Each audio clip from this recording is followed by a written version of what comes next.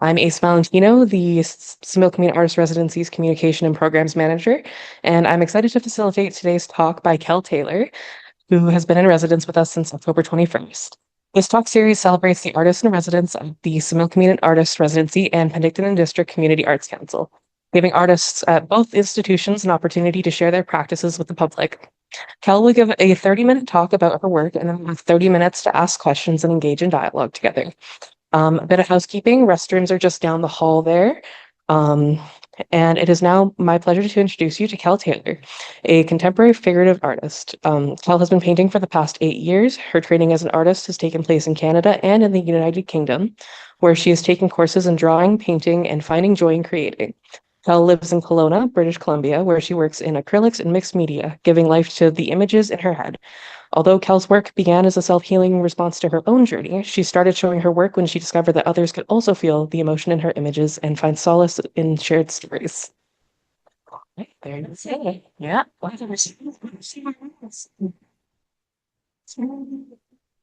Wow, thank you so much, everybody, for wanting to come out and hear my story about being the artist in residence at Similkameen Artist Residency. It's been really quite a journey. I've been there for 3.5 weeks, as Ace was saying, and basically I'm exhausted, but in a very good way. I really feel like um, I guess, did my best. So I'd like to give a little bit of background about what I went to Similkameen to take on. Can I stand up and that camera is still okay? I can talk for sure. Never done a Zoom before. I'm sure we've got you. You. Okay. Okay, go ahead. You're gonna hold it. Awesome. Okay, if that's all right with you. Absolutely. Wow. Thanks, Ace. So I'd like to give a little bit of background about what I came to Similkameen to do. And we're not going to really start with that slide just quite yet, but I wanted to say hi, Patty.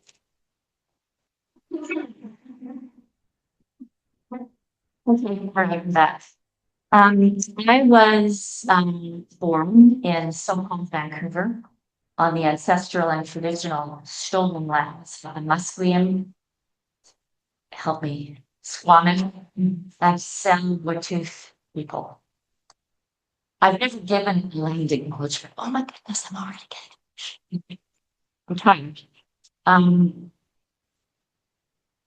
I like to say that I think it's really important for me to have had the opportunity to give land acknowledgement and to add to the acknowledgement that how sad I feel about the way the land was stolen and how incredibly sorry I am about the cultural genocide that took place by the Canadian government.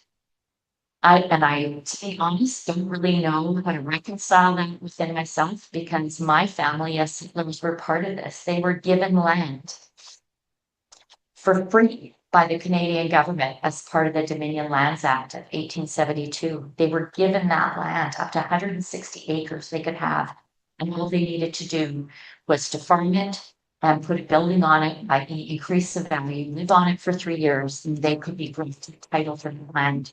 And that was in Manitoba.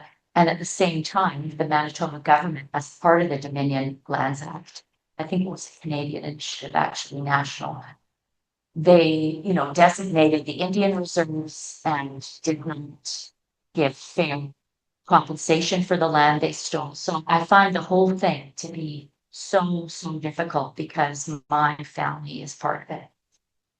So I just really wanted to acknowledge and see that. And now I'm going to move on. There, come through that.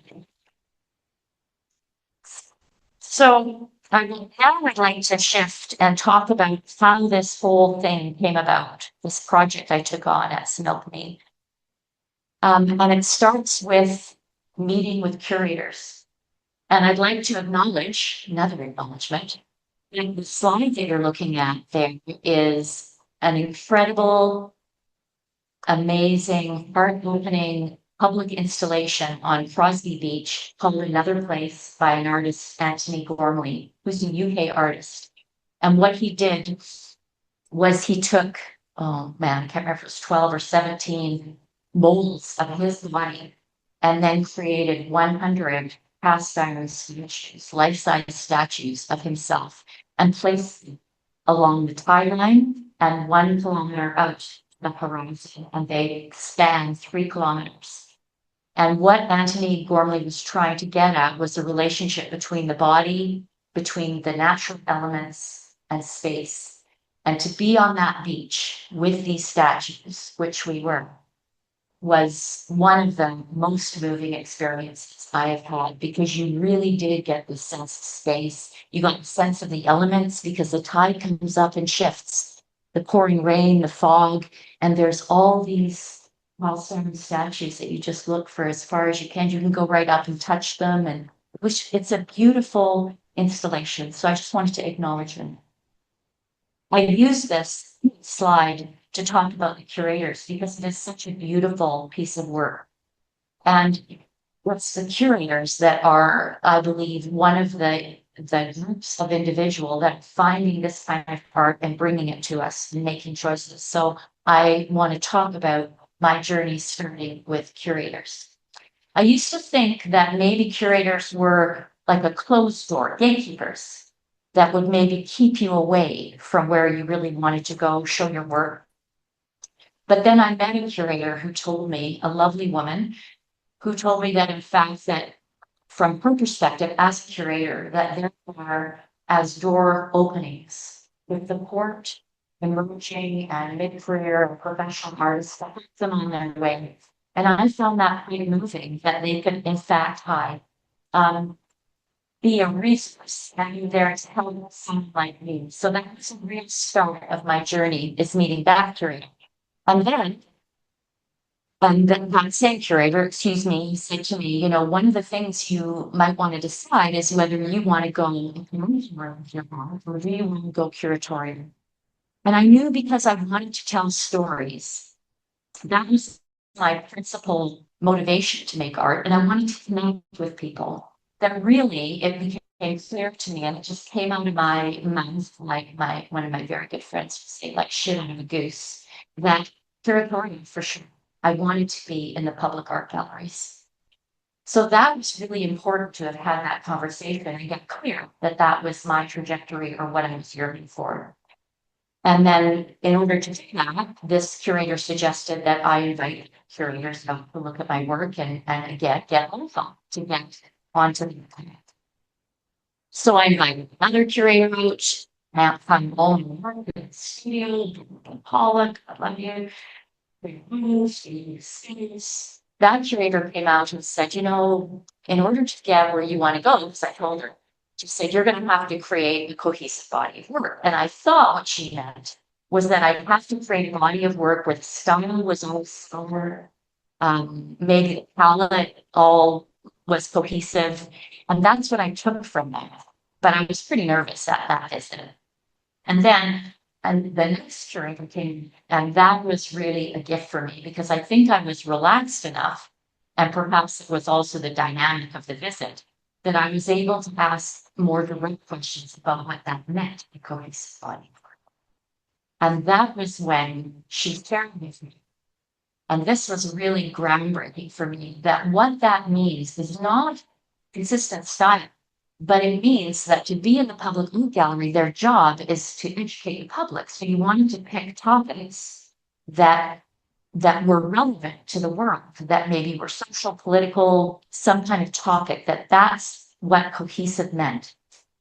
And that she said to sustain making that over a period of time, because it does take a lot of energy and passion to sustain the amount of time to create that cohesive body of work, that you really needed to find, okay,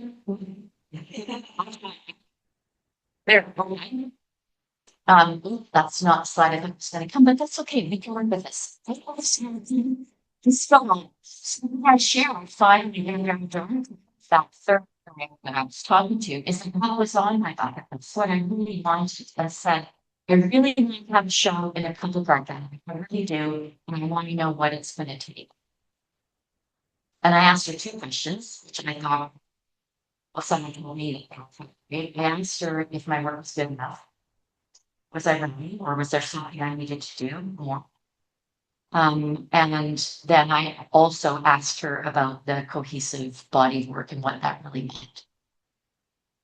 So what she told me and shared with me that was so important for me is that I had to pick something that I would be willing, and in her words, it was to climb onto the roof of the home, and I've picked to climb to the top of the house, by the way, in my province. I had to be willing to climb to the top of the mountain. That was that important that I would make that climb. And I had to care so deeply about what it was that I'd be willing to scream at the top of my lungs about this top. And that was what was going to see a cohesive body in time to take. And that was really important to me. And then when I was talking to her, I got the big idea. I said, well, if I was going to pick something that I was really passionate about when I was seeing it would be about this Diggle Creek, because that was really traumatized. And that leads me to feeling the burn, which is what I decided to call this project at this point. It could change because these are early days, but I decided to take this on because it was something, oh, it's emotional again. Something that I was finding really hard processing the emotion about it because I was so traumatized about it. And all of this started on August 15th, 2023, at 6 o'clock at night. We were told that there was a wildfire 10 kilometers north of West Kelowna. This fire was burning, and it's the same for sure. Like I was thinking, oh my God, another wildfire. By the next day, we had a state of emergency. We had 64 hectares of fire, 5,000 homes, and evacuation alert. Then the day after that, on August 17th, we find out, we have 6 fire. That's surrounded the mountains of wildfire uses people. And the fire was cresting the mountaintops and visible from Kelowna. So this was making it a little bit more closer to home. And by August 18th, we had 10,500 hectares of fire and a total of 30,700 people evacuated. It was famous. And on August 18th, when I walked to the end of our street, this is what I saw. And all I could think at that point was, oh my God, like the world is ending. And then all I could think was, don't get me wrong, I really do care about all those 30,700 people that were evacuated. I do. But what really tore my heart was those animals. And all I could hear was screaming.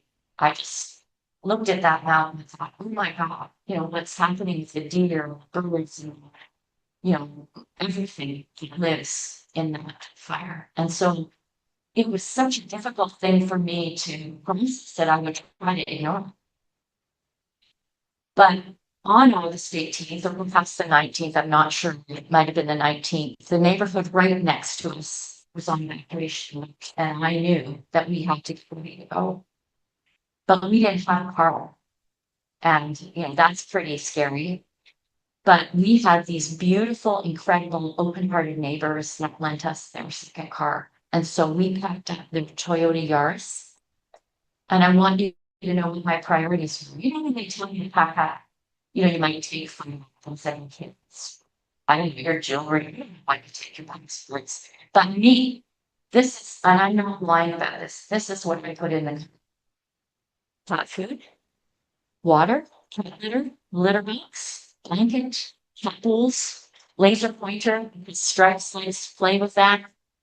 Magnet because it shows Houdini, and the cat brush because Houdini loves stuff so much he gets hair balls. This is what went into the car. Because again, what really moves me, right, are the animals. And I think it's something about when I try to dissect this, when you have such a thing about this study, things like view them as the innocents that they are victims of us, really. And so I feel so hopeful about that. And here are Houdini and his streets. They love each other to bits. Oh, look at that. I'm already at the art. That's brilliant. Okay. So this is really where my concern shifted to. So from all of those wild animals that I could hear screaming, it shifted now to these boys who needed calm. I was just beside myself with stress, thinking how we were going to get them in those cages and how we were going to drive, where we would find a safe way out of Kelowna. And all of this really weighed on me to the point that, since 2023 and that wildfire, every summer I've been waiting for it to come again. It's almost like PTSD, really unable to relax. So, and what's been very interesting, I'm going to sort of jump forward a little bit, is that through this process of painting, starting to paint images and ideas around the wildfire, this is just very early days, 3.5 weeks.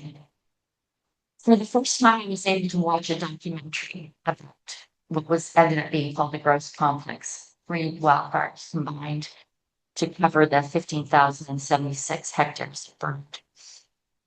I was actually able to watch the documentary and get through it and not just skip over parts, say I can't handle this, because I never used to be able to watch this as a kid. It was just too much for me. Why would we put that dog into the documentary?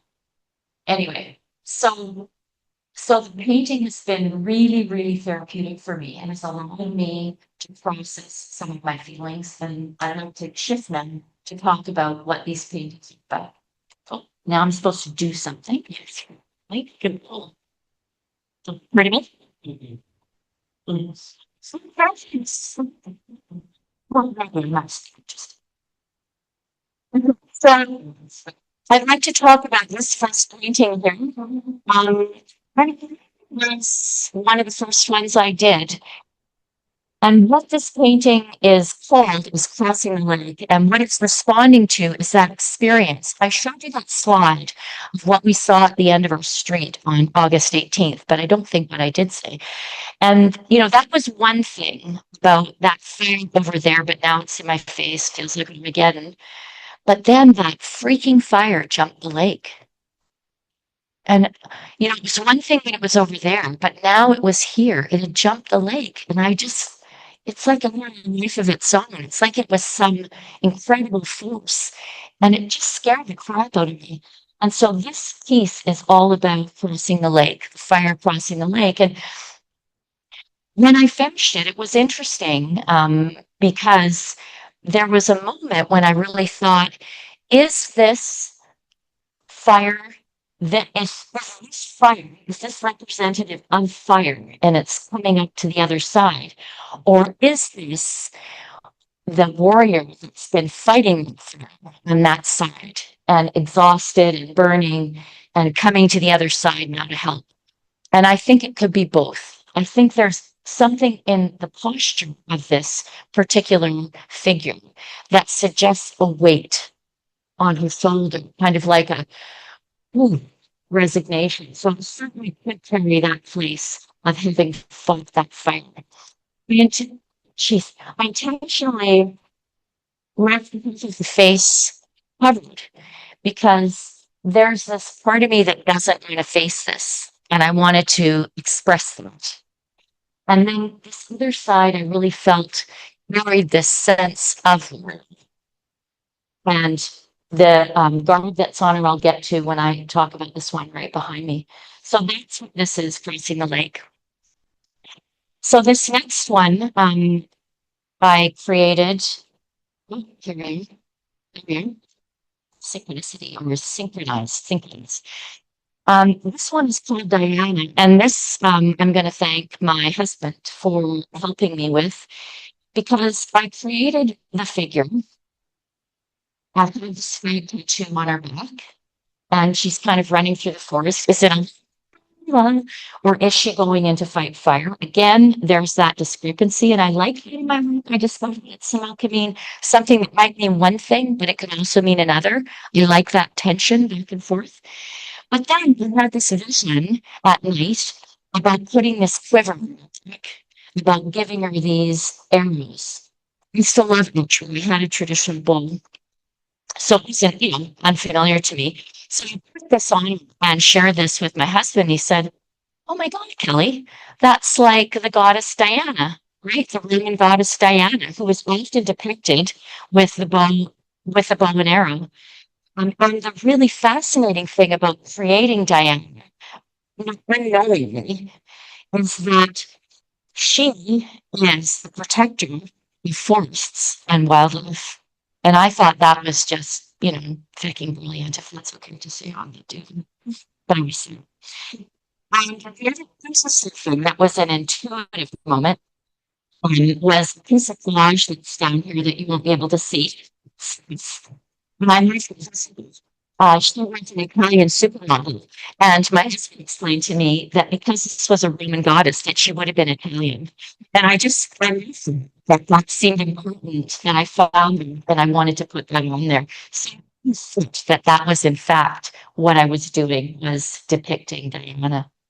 And so I just wanted to lead you. So this is the front of her regalia, so about the warrior, and she doesn't have the arrows. And again, I did that on purpose because I wanted to suggest that perhaps she had used arrows in the fire that she had been at across the lake. I'm going to move all the way over here. Here we go. So this one starts leading me into discussion around animals, which was really the driver for this work. And this piece is called Soul Retrieval. And it came about because I was looking for information about the animals that died in the wildfire. It's actually really good to find it. It's not really talked about a lot. I don't think it's really things people want to think about. And I don't blame them. Or maybe that's just me that doesn't want to think about it. But oh my God. But there was a story of a family that lived on the west side, and they had horses and they had two pigs. And what was amazing is that they saved all the horses, which was a brilliant story to hear about. And the pigs refused to go. So they had to leave the pigs behind in the fire. And one of the pigs, which you would find on the news, if you Google this, you'll find a lot of information about the surviving pig that actually survived the wildfire on this little patch of green grass. God knows why it stayed there. And its name was Pumbaa, and it survived. And it was because the firefighters actually drove down the elevators and water to Pumbaa. So they kept Pumbaa alive, food-wise, and water. So you mentioned him once and very quickly in the news was Miss Wilbur, and Miss Wilbur died. The second pig died in that fire. And I started thinking that what I really wanted to do was talk about Miss Wilbur, the one who didn't really get any press coverage like Pumbaa did, because it's a feel-good story. And so I got this image in my mind of soul retrieval, of this sky mother coming down and offering this weapon who's died, this nourishment and water. So it's speaking from soul and be with him. So that's what that's about. Oh, 3 times I'm going to do this. Oh, do this. Just think of this passionate artist. Okay, now needs me up to time myself. We can do this. This leads me to the latest piece. And this was called Session. And I know what umbrellas about. Can you put your hand up if you know what that's about? Yeah, Stephen would. Yes, that's really great. So, when the Russian it's when it's just things like that, so people that and this was space running with a handle the position. And so there's Miss River who died. There was a herd of cattle where a family did not have the means or capacity or whatever to be able to save them. And they mentioned on the documentary I was able to watch to get through emotionally that how devastated she was about those cows and how frightening it must have been in that fire. And so I wanted to really commemorate their souls. So the part of crows, the other animals that were acknowledged as having died in the wildfire were two bighorn sheep. And if you look for and I'm behind the tree.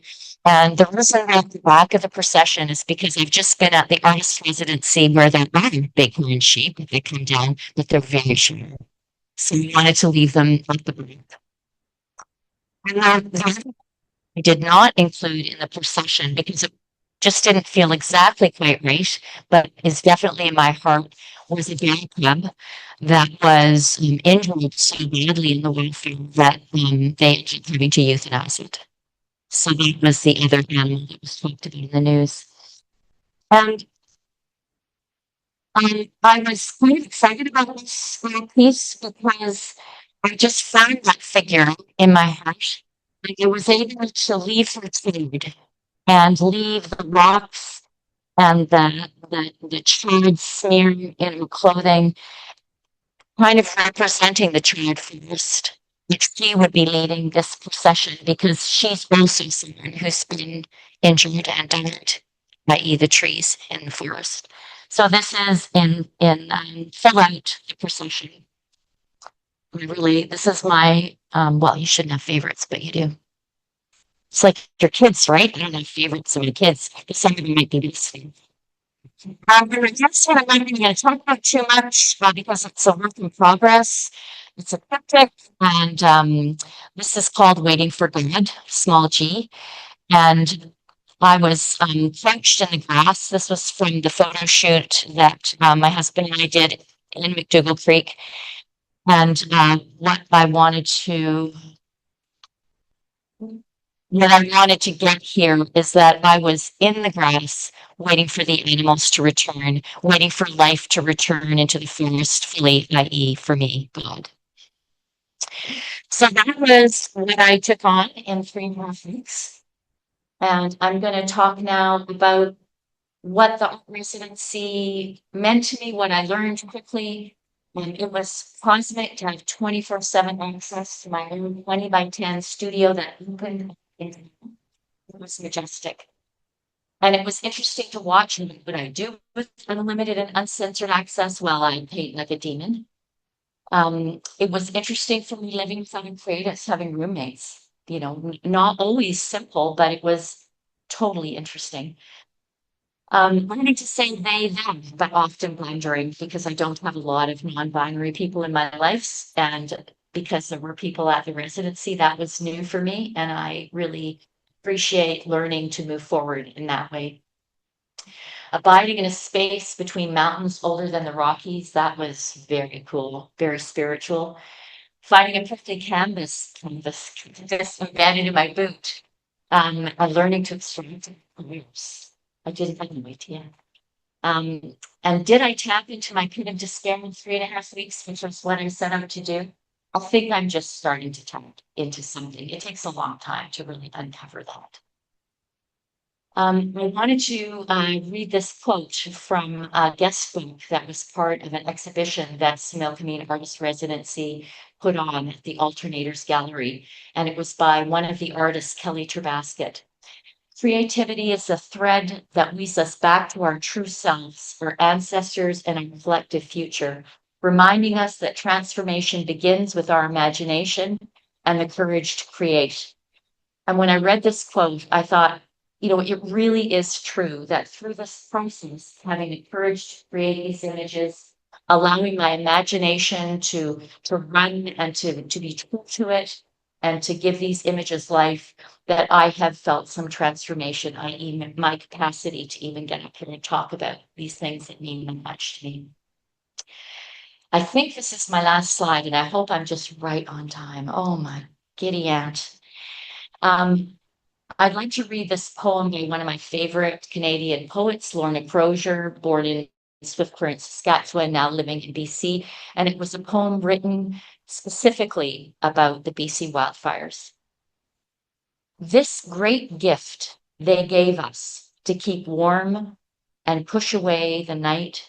Well, the gods don't tell us everything.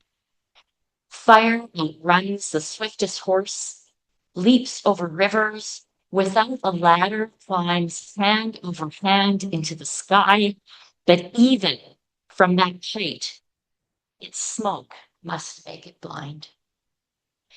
It sees no difference between barren hills and towns, deadfall and living green, stones and animals.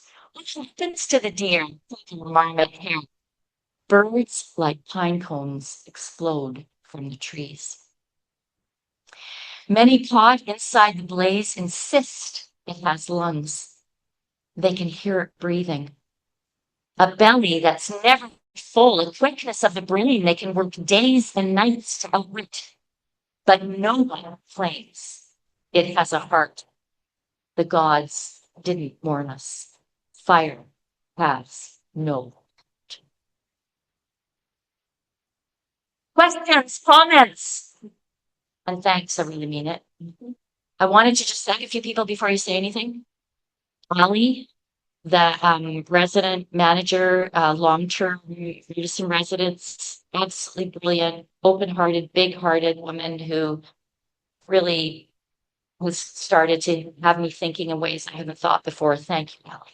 Anushka, who's the executive director, co-founder of the Residency program, ACE. Oh my God, who does the tech? There are some resident postmates who have to tolerate my shifting moods.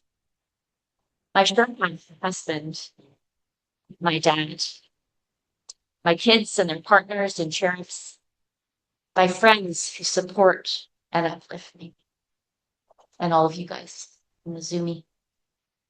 My boys, Stripey and Houdini, neighbors who lend their car, my mom who paid for me. So now, finished.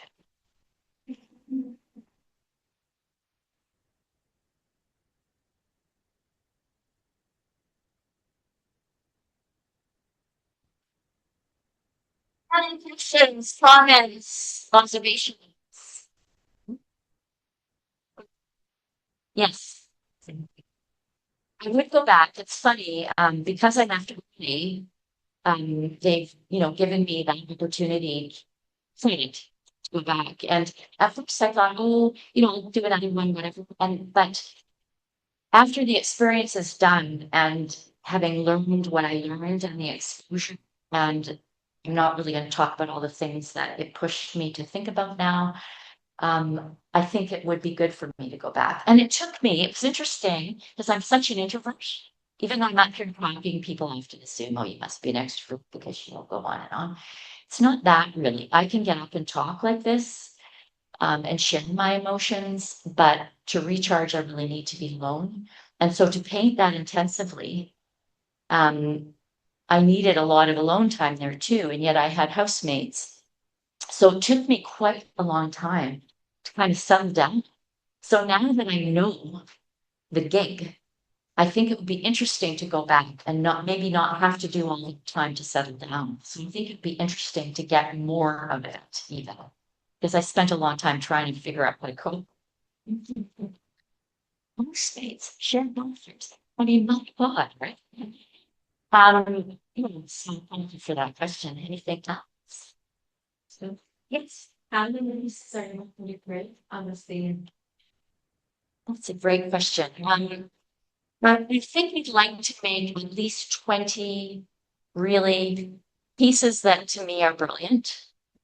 And I feel like I couldn't tell you right now if one of these will survive the time and be part of the 20 pieces, because there's a way, and other creatives will get this, that it takes a long time to get to the raw stuff. Because one of the things that third curator said to me, and I didn't really get there, except maybe even with this one, is that the work you create is not actually meant to be pretty or compositionally work, where your eye follow around it, like all those things we know about complementary doodling. It's meant instead just to be emotive, and you're meant to really share that rawness. And I think for me to get to that place, it's going to take a lot more. It's not a simple thing to undo and unwind from the training that you've had, about making, I'm going to use that word cohesive palette, making balance, um,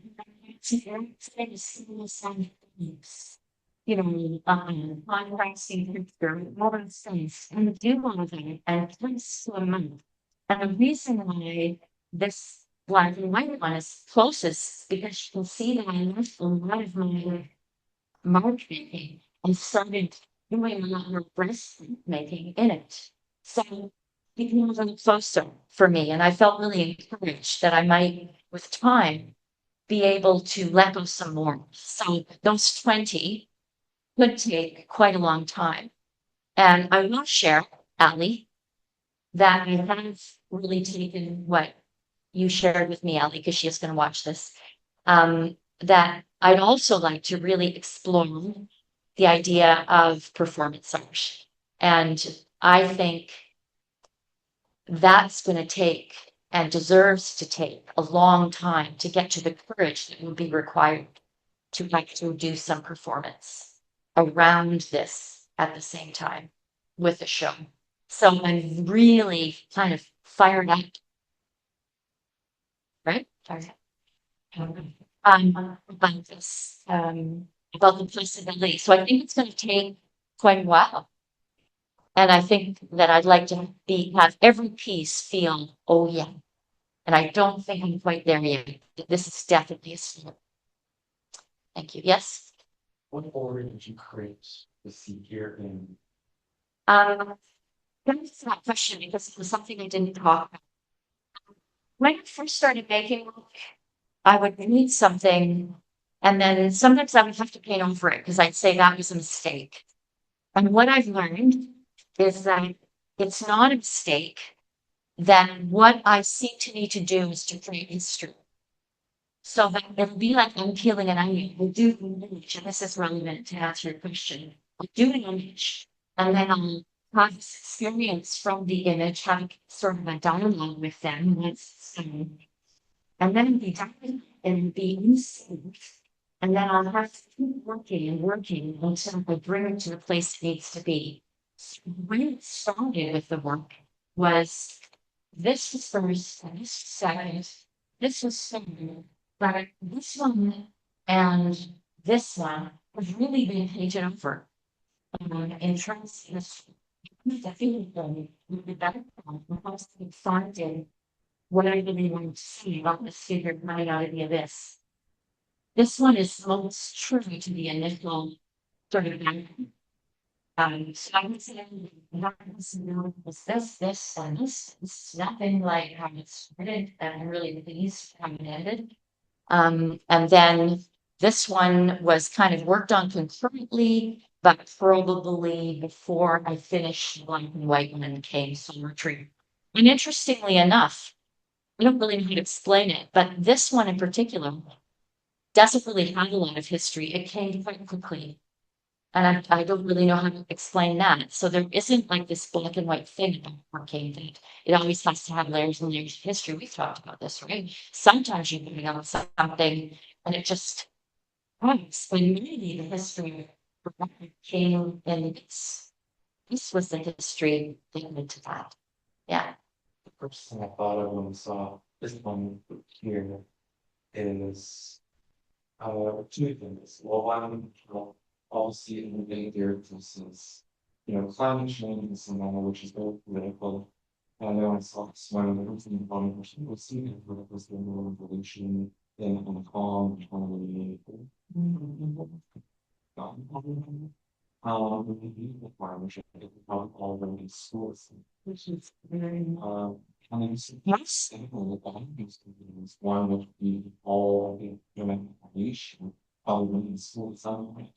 Right after the students probably in, future or the political events. So it's easy to see the programs also be able to find you can see all of the layers and even from the perspective point of view, even sometimes which will really, meet so that this becomes not as deep as this one. You see that kind of the story of maybe subconscious of that like more political commentary that is in viewing the work. Thank you. Thank you for sharing that. That's really cool. Because this one, this is my favorite. There's something that it says feels closer to the kind of surreal quality and otherworldly quality that I'm looking to bring forward in these images and these figures.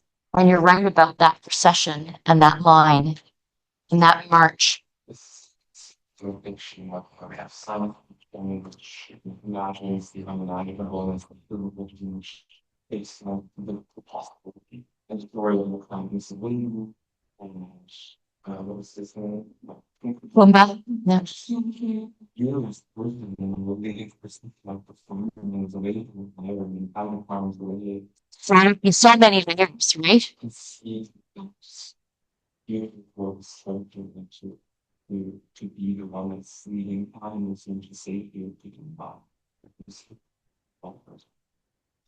And I wanted to just make mention because I did find this comment from a biologist with the Canadian Wildlife Federation that this was in 2023 about the hundreds and thousands of animals that have died in Canadian wildfires. Yeah, like I say, it took a lot for me to find the stories about the animals that have died. I find that really upsetting. So I think I just love um, the master one of the local like last ones and that's right. There's something That and this story that doesn't make those so maybe taking on a human form like a god I managed to take from a deer, to lead the animals to safety. Of the water. I think there's been relations in like share their readings. Thank you so much. It's very kind and meaningful to me. Thank you. You think, is there anything else? Anybody else want to have a moment to be on Zoom? Can I invite this really strange microphone and I don't know, say something?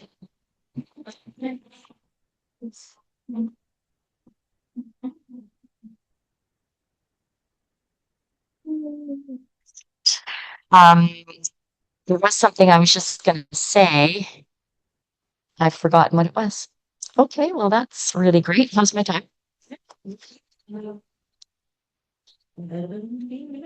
Sometimes. Do I have to use it? You don't have to. Okay, I was thinking if there's anything else I wanted to say about anything. Because someone's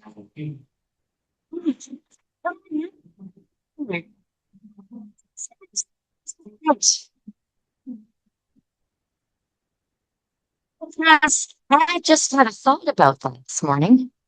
I love the idea of working. I'd even like to be bigger because these are not quite as tall as me, and it would be interesting for me to be able to create figures where I'd be face to face with them. And I was thinking about that, about why that was important to me. And there's a part of me that really thinks about that magic for me, the conversation with a figure, or the magic for me about painting doesn't happen until the figure comes into the work. So at first, to go back to this one, there were just the animals and the figure wasn't there. And I was going, oh yeah, okay. It wasn't until that figure came in that I said, yeah, that's my work. That's what I do. And my background professionally was as a physiotherapist. So I was very concerned for 30 plus years in the body and healing in the body. And I think that's what explains why it is so important to me to continue to use figures and explore figures, because I'm not done with the healing of the body, but I'd really like to be face to face with these figures. I think it would be an interesting thing to reflect upon how the conversation might change for me to have them be even bigger. So I love the bigness of them. Did that answer? I think that's what I wanted to say. We do have one question from online that I steal my. Sure. Oh, so Anushka asks, and she says, Cal, what a beautiful topic reflects the wealth of transformational experiences that you've been able to process through your practice. And the question is the cryptid a new approach? I ask only because it really does suit the evolving narrative in your current project. There's something about the scale of your images and the figures that reminds me of the narrative in wall murals in public spaces or fresco cycles painted in interior domestic spaces hundreds of years ago. Beautifully thoughtful. And did she ask me if the triptych was new? Though she had said, yes, Esther. Working in triptych was really a way for me to be bigger and be able to still transport the panels in a car. And I think, yes, that thing was not quite big enough. I really had envisioned that these three these three pieces were meant to be a triptych where they would flow and sit tight with each other. But what happened in this residency is that I just couldn't quite work that 9 feet yet. And I feel that that's something I'd like to come into, but I just wasn't quite ready. But I love the idea of 12 feet across and that physical mark making where my whole body could be allowed to express from a very deep, sort of visceral, cellular place.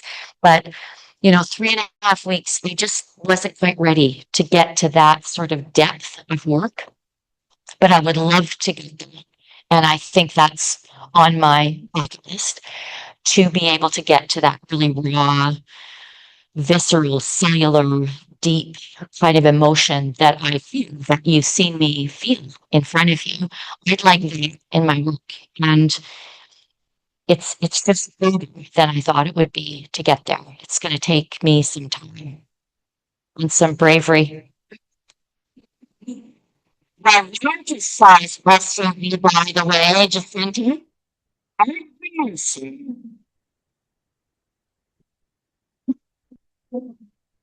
okay, so and I would try to limit it till they've smoked me, and I'm going, "Okay," and I would say, so I'd love to get there, but it's going to take some work. But I love a challenge too. So thank you for the question. That's brilliant. But then, because, on purpose or just something, That I often have in my head. Yeah. Then we went to McDougall Creek to do the photo shoot, which you saw some of the images in the early slides. I had my hair up in pigtails. I think when I reflect upon it, it's not like I consciously was thinking about it, but it was almost like antlers. It was almost more animal-like. And so I think that's why we kept them in here as kind of like horns or antlers. slower. Yeah, so I think I wanted them. And who knows what will happen over the time and who the figure will be and how it might distort or become something else or what I could allow myself to really push for. I intentionally went into the photo shoot wearing specs, which by the way I don't wear, but I bought some to go with my very sort of commonplace, scruffy brown. I wanted to go into McDougall Creek vulnerable. I wanted to feel what it would be like to be in my underwear on this mountain. And intentionally charred up my body, took the char off the bark and spread it on myself to kind of, I was doing some performance art all by myself. I really wanted to feel that. So I don't know where that will go in time and what I will allow people to see or me to experience. But it was, I think, all seemed part of it, the whole gig.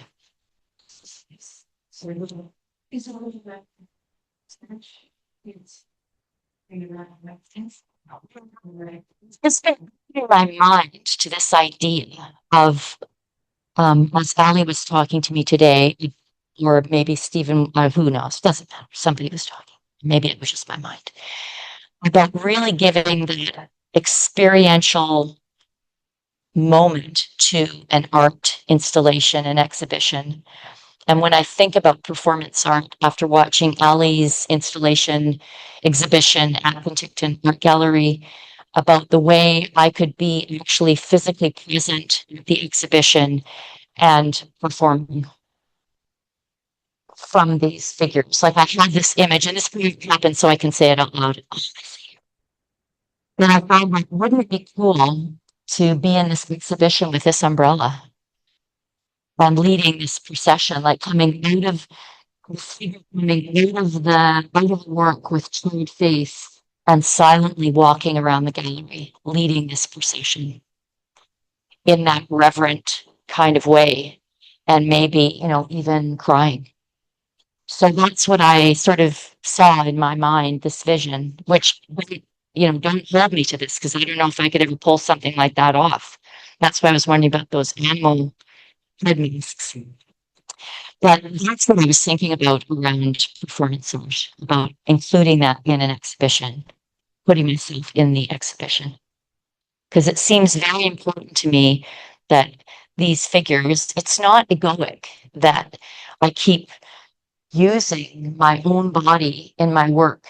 I said to somebody that one of the reasons I use myself now, because I used to enlist other people, because I never disappoint or upset myself with how I depict myself, whereas other people sometimes want to be depicted younger, slimmer, like they have ideas, right? And I just wanted to get away from all that. And I also was wanting to explore my own vulnerability. I said that because I'm in lingerie, but also the vulnerability about my body as it is, my aging body as it is. This is very layered, this show, with things that, I have chosen not to talk about as well. Health and aging, and where am I going with this? Oh, train of thought. So, yeah, sometimes we set out takes a huge to get an artist to be. Right. So, having an artist talk and really expanding on vulnerability, expanding on aging, bringing more awareness of what this is really about for me, would be fascinating and would be really kind of challenging and exciting. Yes, sure. You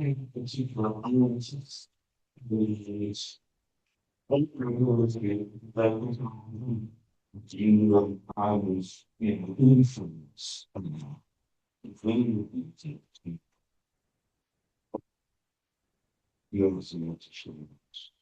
Totally. I think of Tracy Emin in some of her work. Oh my God, it just feels bare naked. Louise Bourgeois with her open-legged, vulva exposed crotch to the world and bleeding. And I was blown away by her courage to put that out there. I also think of Alice Neal's very heartfelt work around, I believe it was Andy Warhol. I hope I have this right. And a portrait she did of him when he was recovering from surgery. And it was so vulnerable. It was so beautiful. And the fact that he obviously consented to it and she had the courage just to paint what she saw. I think that really inspires me. And I think looking at Molly Bischoff, am I saying her last name right? Ali Bischoff, the long-term artist in residence, host manager at Similkameen, she showed us her exhibition. It had been filmed, and the vulnerability she brought into that show. If you ever, is it available online? Like, could you Google and see that? God, it was so moving. I thought, wow, that somebody could do this, that would do this, that would share it with the public. I think that's amazing. So yes, there are many, and there's probably many others I could, think of if I was pulling, but there's a few. Are we done? Yeah.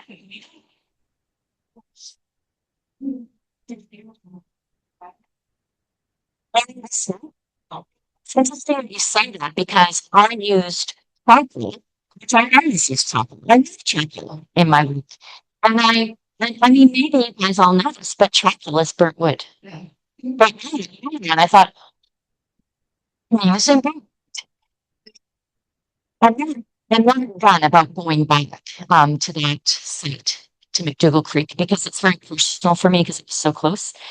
And believe me, there's a lot of charcoal still to collect and to think about bringing into my work. I think that would be really interesting.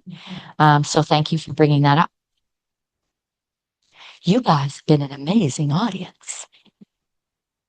I'm very appreciative of the questions. Seriously, it's really helpful for me, gets me thinking. So thank you so much for participating. And to my Zoomy people.